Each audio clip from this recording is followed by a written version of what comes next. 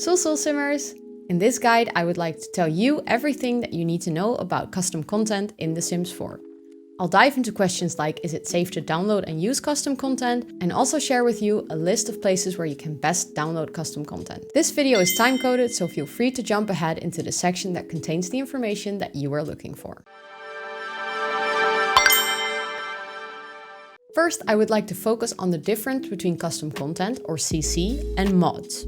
Custom content are objects that you add to your game that you can use in-game. This can be CAS assets like clothing or hair, or built by objects like doors, windows, chairs, and everything that you can think of. A mod is a script file that you place in your game that will actually change the way that the game works. So it modifies the script of the game. There are hybrid forms where a piece of custom content also adds new gameplay options. A good example of this are the items that Ravasheen makes, like a smaller cupcake machine or a family portrait. So it can be that people sort of use the terms all together. The official difference is custom content are objects and mods are script files. The next topic I would like to touch upon is Maxis match versus alpha, because I see a lot of questions on people that are just getting into CC that don't know the difference and don't know what best they should download. Maxis match custom content is basically custom content that looks the same as the objects that you know in The Sims 4. They have the same cartoonish art style, and if it's very well made, you won't be able to tell the difference between custom content or Maxis match content from the game itself. Alpha custom content, however, is focused on making your game look as realistic as possible. They are usually very textured with a lot of detail, so keep in mind it will be harder to run for your graphics card in your computer. So if you own a lower end computer, but you still want to use custom content, I would highly recommend that you go for Maxis Match custom content. If you want to get started on this and you're looking for a video with the best Maxis Match custom content recommendations, I've made a video on this that I will link in the cards and in the description down below. One thing that you might find when you're downloading custom content are the terms mesh and recolor. And when I first started downloading custom content, I sort of got confused which was which. So I will try to explain it to you guys. A mesh is just the shape of the object. You could see it as the outline or the skeleton of the object. So it doesn't say anything about the color or the textures. It's basically just the skeleton of the object. If you don't have the mesh, the object will not work in the game. So then what is a recolor? A recolor is basically just another swatch. So say you have the hairstyles in game, you have the standard EA colors. As soon as you have extra colors added to that, or if you have an extra swatch for a table in the build by menu, that is a recolor. Most custom content creators upload the mesh with the colors. However, there are some cases where a creator recolors a certain object either from the game or from another creator, and then they upload the recolor, but they don't upload the mesh. So then if you see that, you will have to find the original mesh from the original creator, so you can download that as well. So some people also just recolor EA items. So you can download a recolor of something that is already in your game, which means you will be adding new or extra swatches to that object. Then another very important question to tackle is it safe to download custom content? My initial answer would be yes, it's safe to download custom content. However, there is an important side note to this one, and that is it depends on where you download your custom content and if you yourself are on the lookout for malicious buttons. So, if you download it from a creators page or Tumblr or just a safe website where there are not many advertisements, you should be perfectly fine. Usually CC or mods, they don't contain viruses, and especially if it's a well-known mod, don't worry, you can just download it. It should be fine. However, there are many CC creators that upload their custom content on a website that has a lot of ads. And those ads might try to trick you into clicking download at the wrong place. That causes you to download a file that you didn't want to download. And those files might contain viruses. So what I would highly recommend is downloading an ad blocker for your browser. This way, chances are way less likely for you to click on the wrong ad. But also keep your eyes open and don't just click the first button that says download. Always read what you're downloading and make sure that you're actually downloading the right files. If you come across sites on Patreon, Sims File Share, Media Share, those are usually safe websites and you don't have to worry about it. It's very well known and very widely used by CC creators, so you can just download it and you don't have to worry about anything. If you are ever in doubt, if something is safe, don't download it. Like if your gut feeling is telling you not to do it, don't do it. Just use your common sense. The next topic I want to cover is where to download custom content.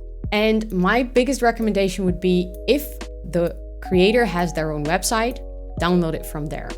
That is always your safest bet because it's just right at the source. Not all creators have a website, so many of them have a Tumblr page or a Patreon page. Those are also considered as the creator's websites in this case. Keep in mind, I know that a lot of you have been asking me if you can download custom content from a Patreon page without paying for it. And the answer is most of the time, yes. Not all content on Patreon is paid for. Usually there are items on someone's Patreon page that are locked behind early access walls. So if you monthly pay for the Patreon, you will get early access. But there are a ton of items that are not in early access anymore and that you can just download. You just have to scroll a little bit. Another really good one is to just search on Tumblr using the hashtag S4CC. Many creators share their custom content on Tumblr, so this will also enable you to find new creators that you haven't heard of. If you are on Tumblr anyways, there are two blogs that I would highly recommend that you find there a lot because they get reposted a lot, but they both have separate websites as well. The first one is Maxis Match World. I will link it in the description down below because it contains a ton of Maxis Match custom content. It's usually reposted from other creators, so it will also allow you to find a lot of new creators. And it is very, very well organized. So if you're looking for something, it's a very easy way to find it. The second one is Lana CC Finds, and this is one that also focuses on alpha custom content. So if you're really into that blog is perfect for you. I will also link that one in the description box down below. And again, that website is also very well organized. So if you're looking for something, it's the perfect place to go. Another thing that I do very often is I watch other people's YouTube videos. Because most of the time, one, the person who made the YouTube video downloaded that custom content, so you 100% know it's safe. You get a preview of the custom content in the video, and almost always they have linked the links for the custom content that they showcase in the description box. So you don't have to go and find all of the custom content.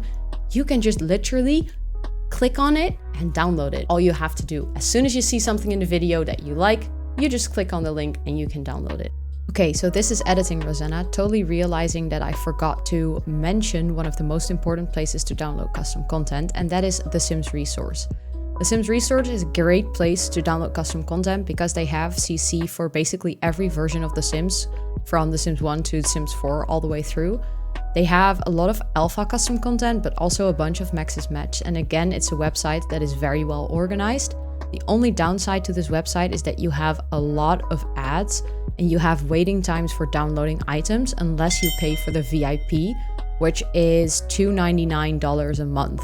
The last one is Pinterest. And I usually look on Pinterest when I am ready to download CC, but I don't necessarily know what I'm looking for yet. I just want some new items in my game. This is perfect for if you want to download hairs or clothes and you're looking for new creators to find. Keep in mind, Pinterest usually doesn't link straight through to the website of the creator. So you might have to click a couple of times, but it will definitely help you to get some inspiration on names or creators that you can then Google to find their own website. What should you do when you've downloaded CC? So if you download CC and it shows up in your downloads folder as a .package file, you can basically just drag and drop it into your mods folder straight away. You don't have to do anything with it, it's just ready to be used. However, many custom content creators upload their packs especially or collections as .rar or .zip files. This is basically just a compressed folder that makes it smaller and easier for you to download. But what you need to do before you can use it is you can unpack it. I usually do this using 7-Zip, which is a free tool and very easy to use. And I will link it in the description box down below for you to download as well. After you've unpacked the zip or raw file, you will usually have a folder that contains .package files. You can either drag and drop the entire folder, or you can just drag and drop the package file. Like I said, if you want to install the custom content in your game, you have to drag and drop it into your mods folder.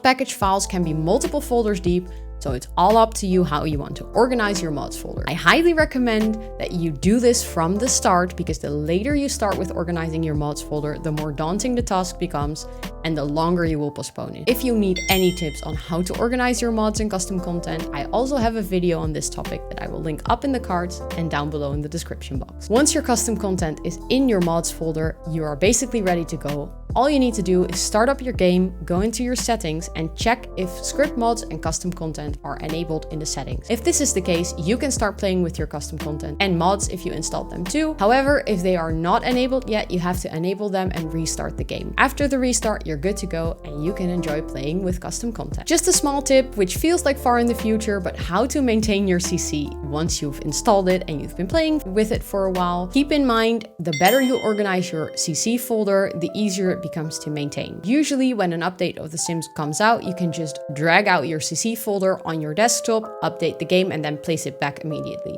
Custom content almost never breaks. However, it does happen. Like with the update for the free window placement, all the doors and windows broke. Literally every CC creator had to update their doors and windows. So organizing your CC folder by creator will make it definitely a lot easier for you to later on go back, find the creator that made something, and then find their updated version of the doors and windows. Keep in mind, it takes a lot of work to update all of their assets, so especially if a creator has created a ton of doors and windows, it will take a while for them to update. They usually update all of them and then release it into one folder that contains all the updated files, and it is up to you to take out the original files and place the new files into your folder. This can be a bit of a tedious task and it takes some time, but believe me, if you do it, if you take the time for it, and if you've organized your mods folder well, it shouldn't take too long. It shouldn't take you a day. It would probably take you 30 to 60 minutes to do this. And then all of your CC is updated again, and you don't have to do it with every update. If this video was helpful to you in any way, please consider giving it a big thumbs up, because it helps to share it with other people as well. And if you want to see weekly Sims 4 content, please subscribe to the channel and I'll see you next week. Bye!